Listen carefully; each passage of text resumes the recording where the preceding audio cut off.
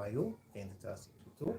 And in today's tutorial, we will be continuing on the course, all right, POL215, and we're going to continue. We've been talking about several political philosophers, great political philosophers in their time.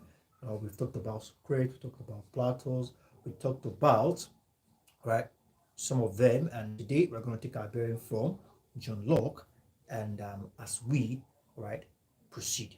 With this being said, let's all straight into it. So we have POL215 and talking about John Locke's biography.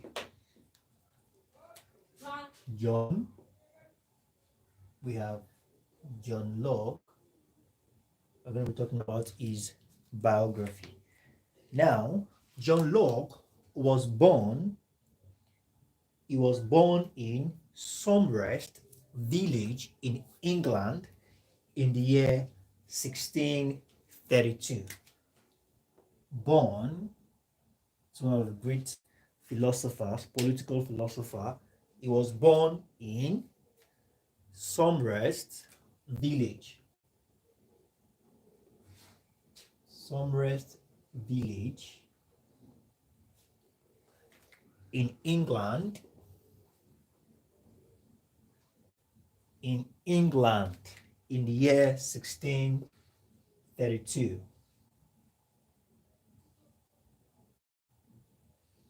In the year 1632, his parent, right, we're talking about his biography, and we need to know his biography before we begin to talk about his contribution to political thought. Now, his parents came from Puritan trading and land owning family. All right, his parents came from Puritan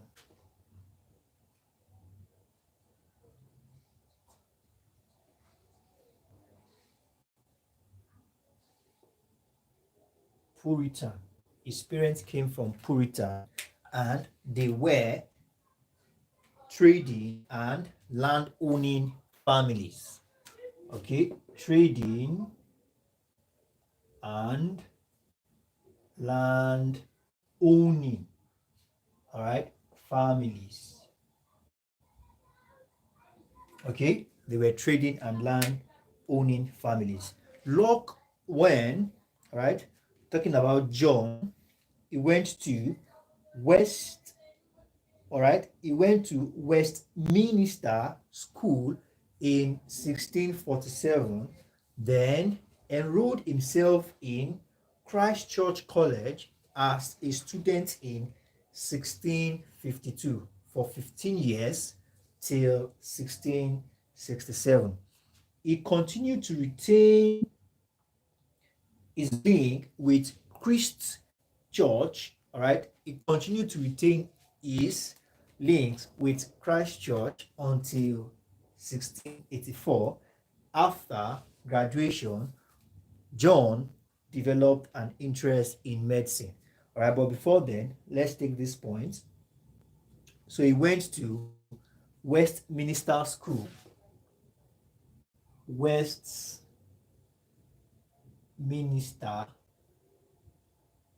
School in 1647. In 1647. Then enrolled himself in Christ Church College,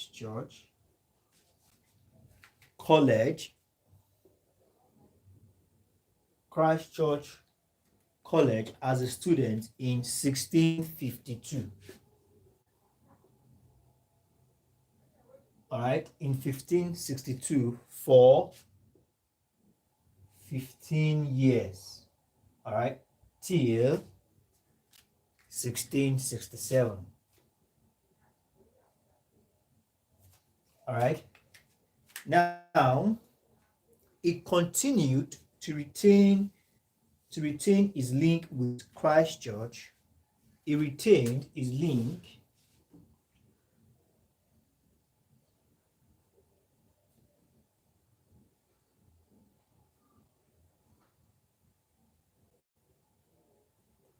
He retained his link with Christ Church till 1684. All right. Then, after graduation, John developed interest in medicine. Therefore, he continued a master's. All right. He continued MA in 1658. MA in 1658. Then he became a lecturer in Greek in 1661 and a lecturer in rhetoric in 1663. A in lecturer in Greek in 1661, a lecturer in Greek in 1661, and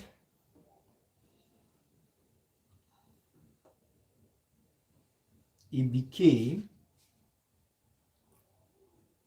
a lecturer in rhetoric in 1663. 1663. In 1664, a year after, he became a censor of any moral philosophy. A censor of moral philosophy in 1664. This simply means that you can look up to John or approach or assess John as a moral philosopher. Okay, so we have that as that. Now, as you can see, here is a biography, all right, a brief one on John Locke and what he has been and the process of achieving this, his family, his parents, where he was born. As you can see here, he was born in Somrest village in England in the year 1632, and his parents came from Puritan, all right. They were trading and land owning families. Okay, we call them Omonile in Lagos. Omonile. All right, those are people that trade, that deals in the trading, and they are landowners, families. All right, so we have he went to Westminster School in 1647. Thereafter, Christ Church College in 1652, and he was there about 15 years, not until 1667. Then he retained his link with School, Christ Church till 1684, and continued definitely as soon as he finished with college. He developed interest for medicine. Okay, so as soon as he's done, he continued MA in 1658. Then he became a lecturer in Greek in 1661, which he became also a lecturer of rhetoric in 1663. As at 1 year after, John could be referred as a moral philosopher. Now let's continue.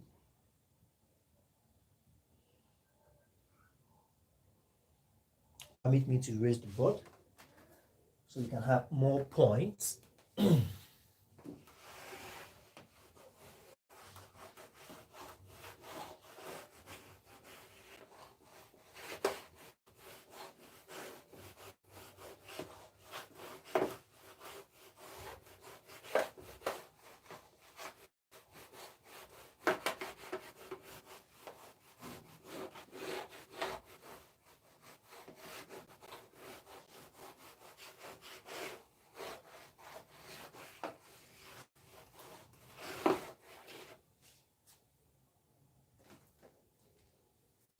Now,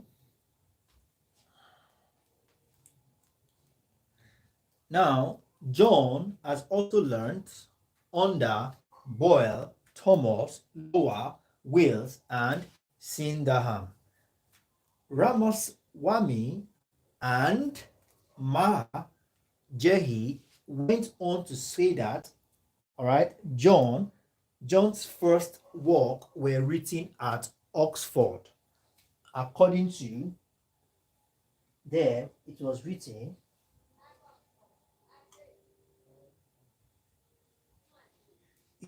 said that John worked according to Ramaswamy and Moog Edger.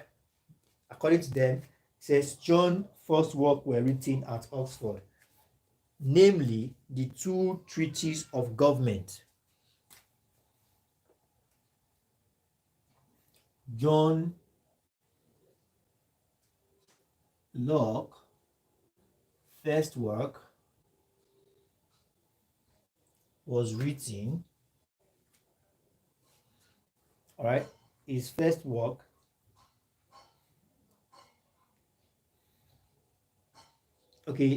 Locke's first work were written in Oxford. Now, Oxford, were written at, I beg your pardon, were written at Oxford. Now, this his first work were two treatises on government and essay on the law of nature. So his first work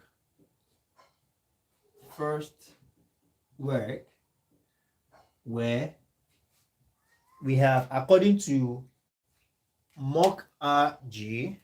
and Ramaswamy, John's first two works written at Oxford were two treatises on government.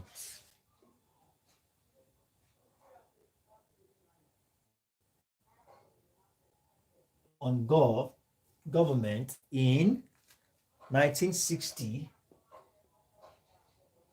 to 1962, and the essay on the law of nature in 1664. Essay on the law of nature in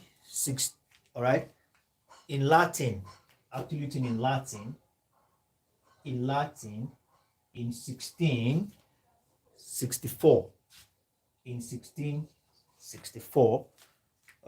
Okay, and according to Mock R.J. and Ramaswamy, these were the two works of they were the two first works of John Locke written at Oxford. John wrote as many as 35 books touching all walks of life. His whole philosophy is based on the ideas which he expressed in essays concerning human understanding. He wrote as many as 35 books.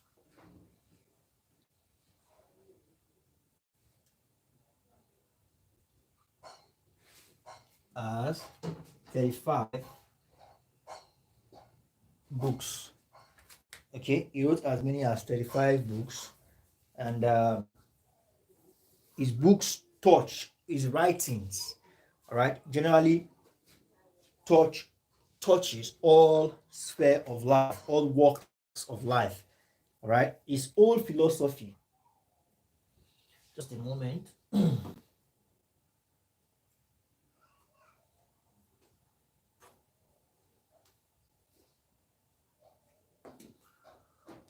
Okay. Try and fix this. His whole philosophy is based on the ideas which he expressed in essays concerning human understanding. Now let's continue. His last publication, however, was Fundamental Constitution concerning California, which was brought out 2 years after his death. His last publication, his last work, was about fundamental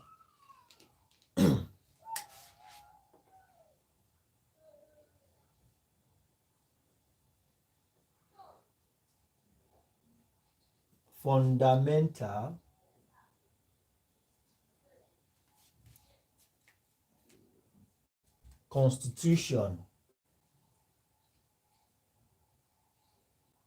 concerning California. Fundamental Constitution concerning California. All right, and his work was brought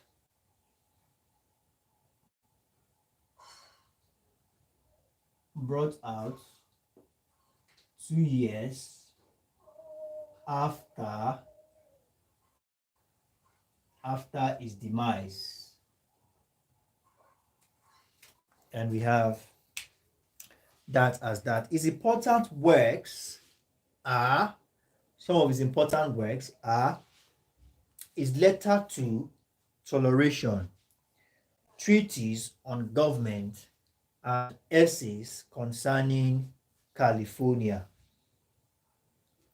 So we have his important works, John important works, 1, 2, 3. 1, we have his letter on toleration. Letter on toleration in 1689, 1690, 1692, and 1702. His letter on toleration. We have treatise on government.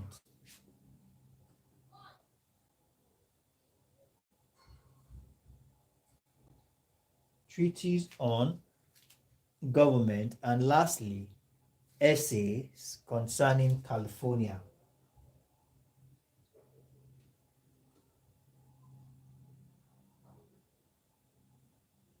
Concerning California. Essays concerning California.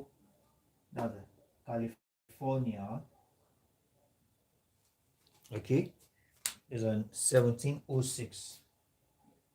1706.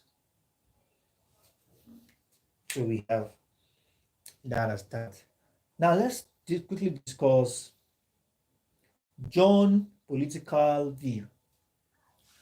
According to John deals with two contracts, and it deals with two contracts, social and government. It deals with his own political view was channeled or directed towards social contract and government contract. Now let's see what he has to say about social, social contract, social and government. John's poll view on two contracts, social and government. Social and government. Okay, now, according to him, social contract he sees as the first contract that leads to the formation of civil society. And the government contract, on the other hand, leads to the establishment of government. Permit me to erase the board so we can take some points on that.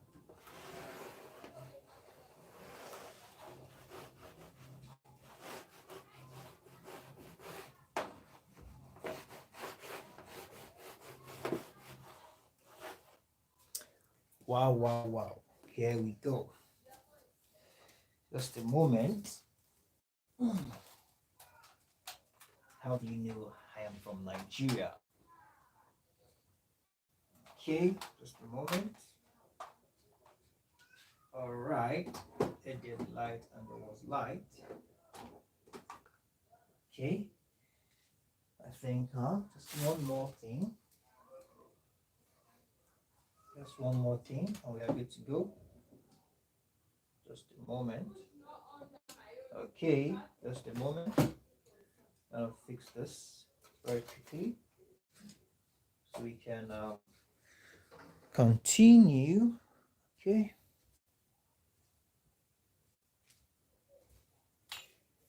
Yeah, I think we are good to go.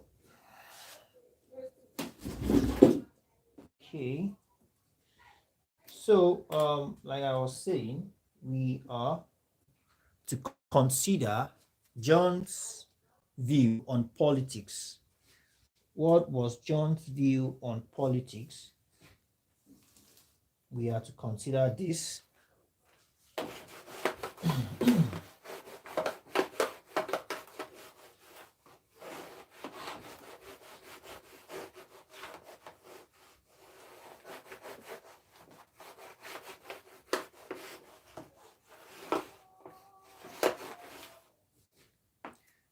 Now, like I said, John's view on politics were basically on two things. He said social contract, according to him, he said social contract as the first contract that leads to the formation of civil society.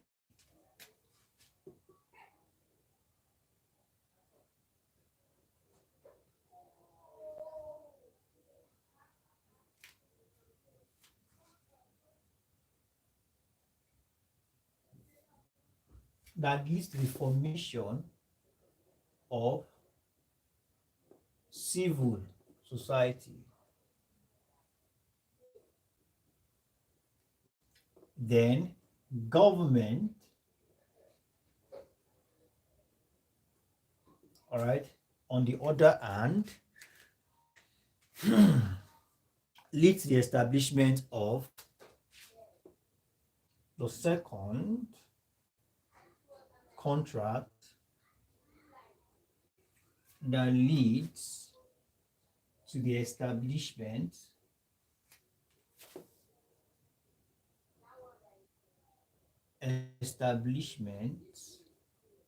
of establishment of the government. Establishment of the government. Okay, so we have that as that, and we have the concept of human and state of nature. This is one thing John also discussed about. John considered human being as decent fellows, far removed from quarrelsome, competitive, and selfish creatures of orbs. Orbs regard human being as competitive, quarrelsome, and selfish. Right? But here is John saying human beings are decent fellows, far removed from quarrelsome, competitive, and selfish creatures of orbs. Now, John believed desires is the main string of all human acts, and a feeling of pleasure comes from when desire is satisfied. Now, he said the reason why someone will behave in any manner, right? The reason why someone would choose to behave in any manner at all, in any way or form at all, is as a result of desire. Now let's take this down.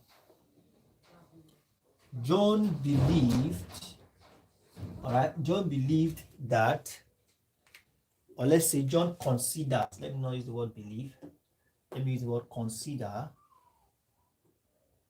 John considered human, all right, human beings as, consider human being as decent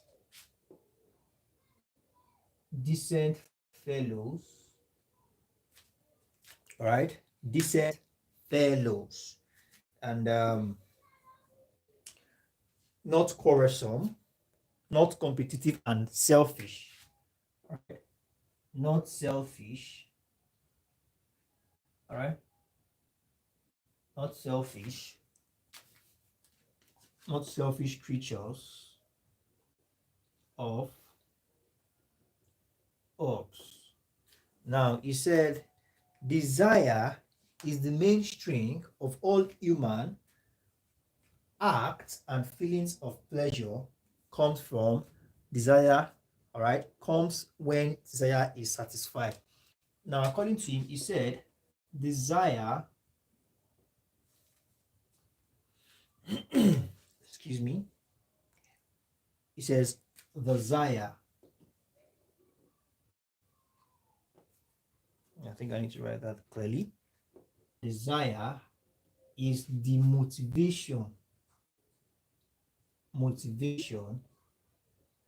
behind human behavior. All right, it is the motivation behind human behavior.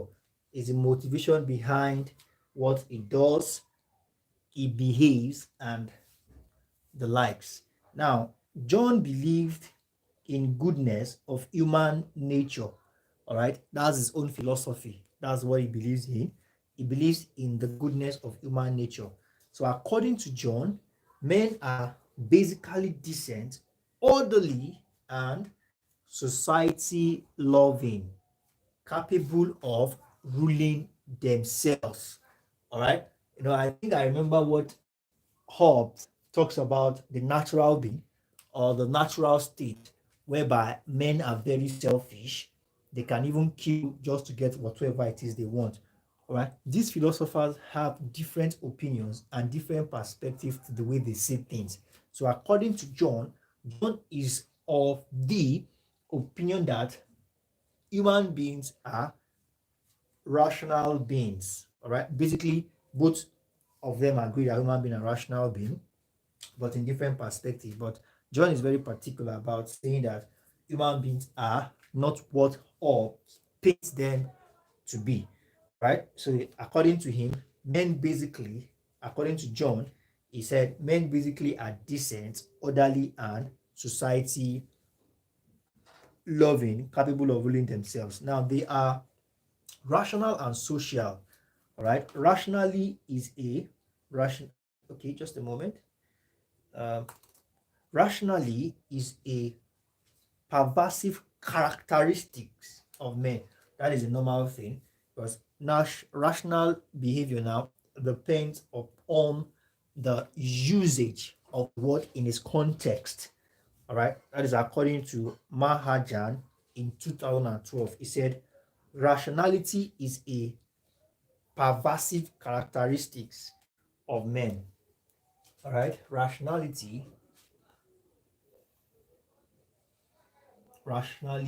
is a pervasive characteristic of men. All right, characteristic according to Mahajan. That's according to Mahajan.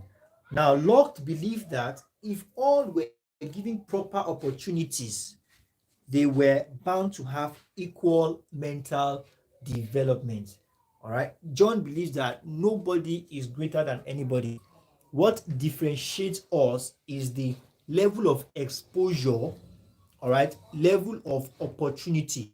He says the reason why Mr. A is better than Mr. B in a particular area is because Mr. A is way more exposed way more trained, exposed, and learned in that particular area as compared to Mr. B's exposure.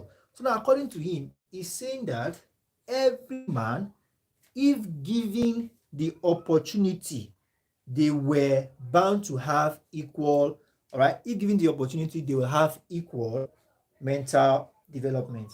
All right.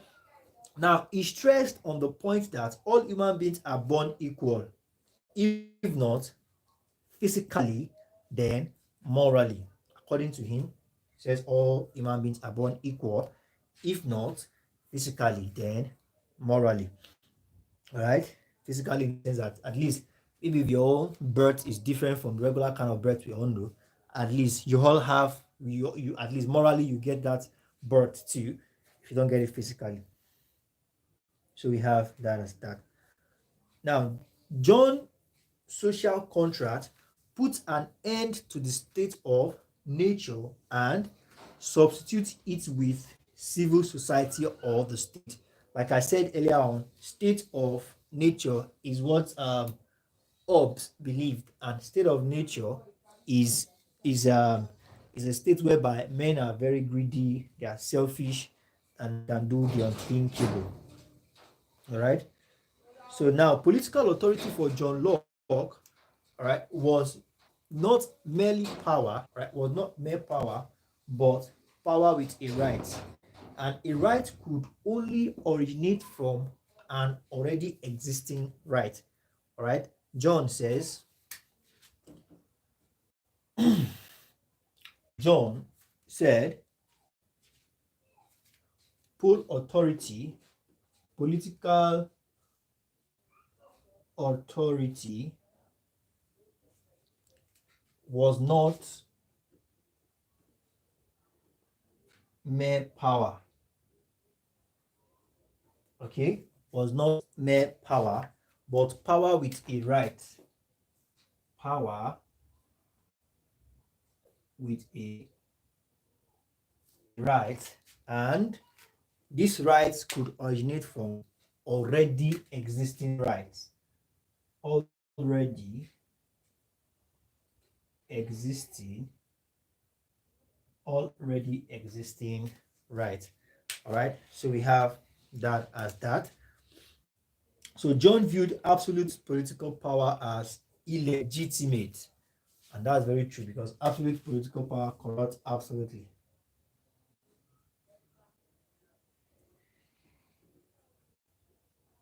He viewed absolute full power as illegitimate. It's very, very true. Okay. So we have that as that. Now, Locke also, okay, I think that's just a little bit, just a moment.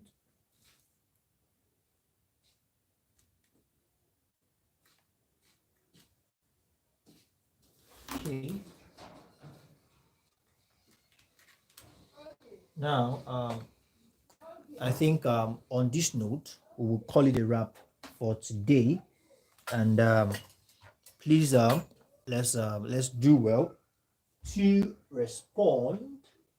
All right, let's do well to send our notes to the appropriate quarters as they are highly essential and they will be required. All right, and in the next class, we'll be looking at some other philosophers. All right, or peradventure, I think just a moment. I think yes, that will be all on John. Okay, and in our next class, we should be talking about Thomas Hobbes, what his contribution is to political thought. Thank you very much, everyone. I believe you've been able to get anything or two into this class. Let's do our two, submit our notes to the appropriate quarter, and look forward to seeing all the subsequent tutorials. Have a wonderful evening. Bye bye.